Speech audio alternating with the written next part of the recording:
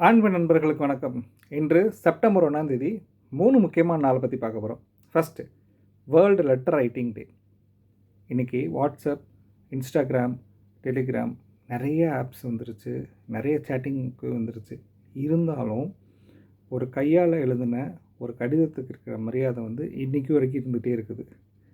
அந்த எழுதுனோட வாசம் கூட அதில் வரும்னு சொல்லுவாங்கள்ல.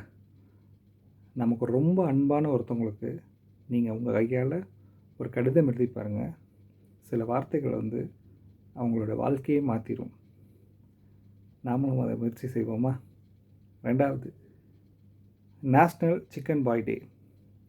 அமெரிக்காவில் ஒரு வித்தியாசமான சிலை இருக்குது. மனித உடல், கோழியோட தலை சேர்த்து அதை சிக்கன் பாய் அப்படின்னு சொல்லுவாங்க. அதோட நிறுவப்பட்ட நாளில் இந்த செப்டம்பர் 1ஆம் தேதி. அதனால் அந்த மக்கள் நேஷ்னல் சிக்கன் பாய் டே அப்படின்னு கொண்டாடிட்டு வராங்க.